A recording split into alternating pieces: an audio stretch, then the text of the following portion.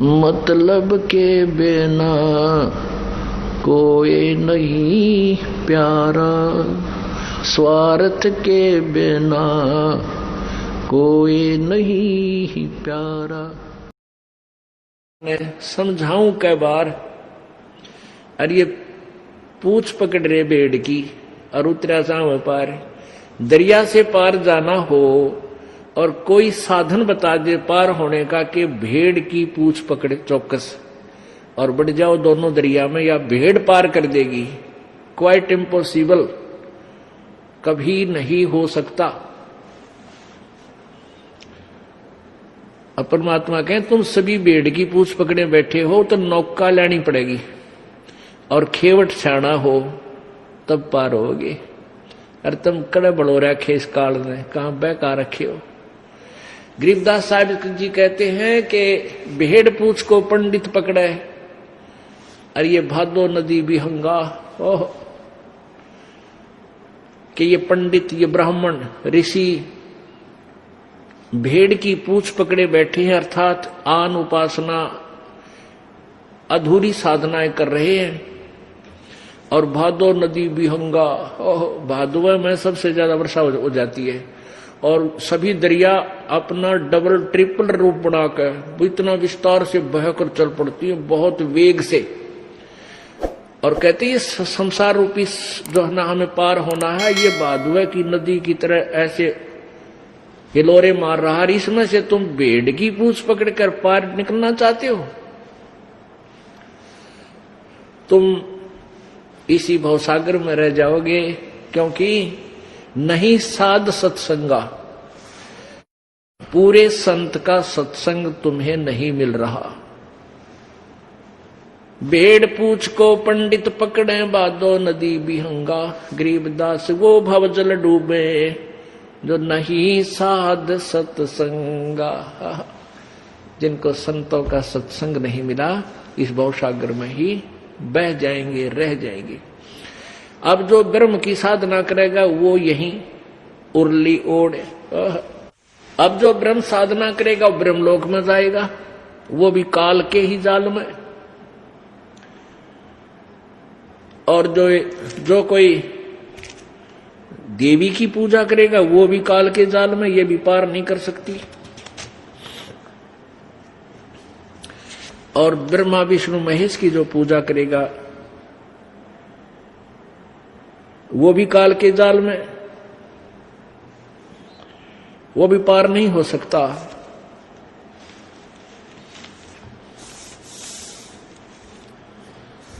तो फिर पार कौन होगा बताते हैं। इसलिए गरीबदास साहिब जी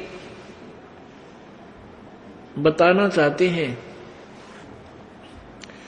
कोई है रे परले पार का जो भेद कहे झनकार का। अब जैसे ये पंथ चल रहे हैं दो तीन, ये के क्रिया बतावे हैं, आंख कान बंद करके और इसमें सुनो, आवाजें आवेंगी, घंटी सी बाजेंगी, कि तो शंख बाजेगा, कि तो और आवाज आवेंगी। तो ये अनहद धुन सुनो और इससे तुम पार हो जाओगे। अनहद जो धुन है, अनहद नाद है, उसको सुनते ही तुम समझो अपने आप को पार समझ लो। अब क्या बताते हैं कि कोई पूर्ण संत बतावेगा, क्योंकि कबीर परमेश्वर जी ने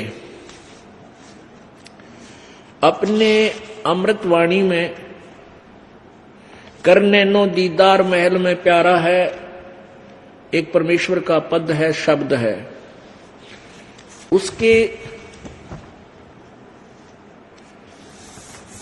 उसमें 32 कलियां है, 32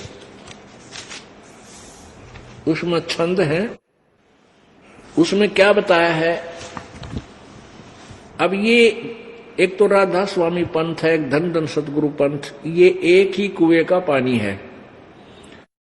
क्योंकि ये धन धन सतगुरु पंथ भी इस राधा स्वामी पंथ से ही अलग हुए हैं। इन्होंने अपने नामों को बदल लिया, मंत्र उपदेश के मंत्र हैं वो चेंज कर लिए, 3 राख लिए, 5 नहीं रखे।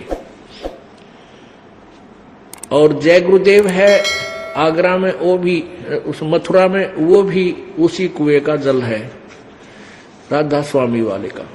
अब उन्होंने राधा स्वामी पंथ वालों ने परमात्मा कबीर जी की वाणी से एक शब्द ले लिया, करने नो दीदार महल में प्यारा है। उसका अनुवाद आधी करके उसके हिसाब से अटकलसी लाके उन्होंने अपना एक बहुत बड़ा पंथ ग्रुप तैयार कर लिया, लाखों करोड़ों की संख्या में। अब उन भोली आत्माओं ने, कोई पूछता है कि वहां सतलोक में भगवान कैसा है, कहते वो तो निराकार है, प्रकाश ही प्रकाश है, चेतन ही चेतन है। वहां आत्मा परमात्मा में ऐसे मिल जाती है जैसे बूंद समुद्र में। भले आदमियों, हम भगवान की तलाश में गोड्डे रगड़े और फिर भगवान वहां है नहीं तो हम के टिंडे लेंगे उड़े जाके।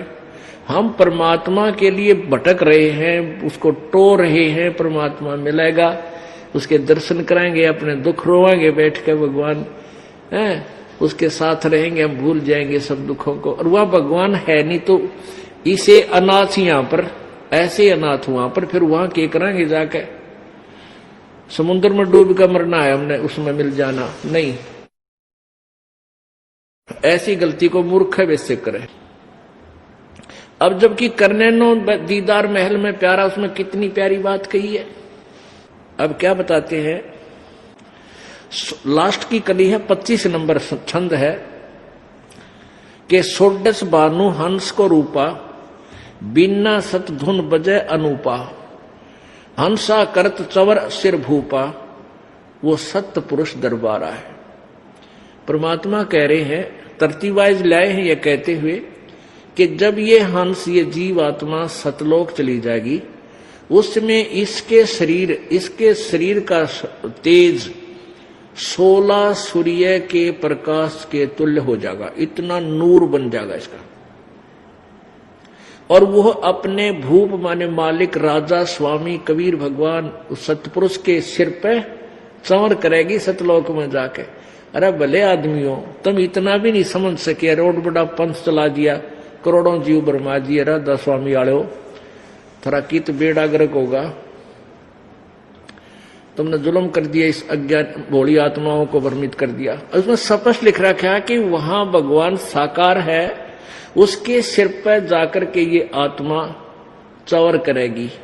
जब भगवान उरस है ही नहीं, प्रकाश ही प्रकाश है, उसमें आत्मा मिल जाएगी, तो चवर किस पर करेगी? ये भी ना समझ सके वो। आगे क्या लिखा है कि कोटि भानो उदय जो होई, एते ही पुनचंद खलोई, और पुरुष रोम सम एक ना हुई, ऐसा पुरुष दीदारा है। पुरुष माने परमेश्वर, प्रभु, उसका दर्शन ऐसा है कि उसके एक रोमकूप में, सत्य पुरुष के एक रोमकूप में करोड़ सूर्य और करोड़ चंद्रमा, दोनों की रोशनी भी फीकी उसके एक रोमकूप के तुल्य नहीं है। और ऐसा सत्य पुरुष दीदारा है, ऐसा उस अविनाशी परमात्मा सत्य पुरुष का दर्शन है, वो न्यू दिखाए। जब रोमकूप है तो रोमकूप कोई निराकार के कितने होंगे? रोमकूप ये जो बाल का छिद्र, इसकी एक की रोशनी इतनी सुंदर, मालिक इतना अच्छा शरीर है अपने प्रभु का। आगे इन्होंने सारे, आगे अलख लोक है भाई, सतलोक से ऊपर अलख लोक है। अलख पुरुष की तह ठकुराई, यही परमेश्वर अन्य और रूप बना करके स्वयं ही विराजमान है। अर्बन सूर रोम सम नाही, ऐसा अलख निहारा है कि इससे बाद अलख पुरुष है, अलख लोक है। उस अलख पुरुष लोक में भी अलख पुरुष नाम से यही परमेश्वर रहता है। वहां इनके शरीर की रोशनी एक रोमकूप में अरबों सूर्यों जितनी रोशनी है। अरबों सूर्य भी उनकी एक रोमकूप की रोशनी से फीके पड़े। फिर तापर अगम महल एक साजा, अलख लोक से आगे फिर एक अगम लोक है, और अगम पुरुष ताही को राजा, वही परमात्मा अगम नाम से, अगम पुरुष नाम से विराजमान है। और खरब सूर्य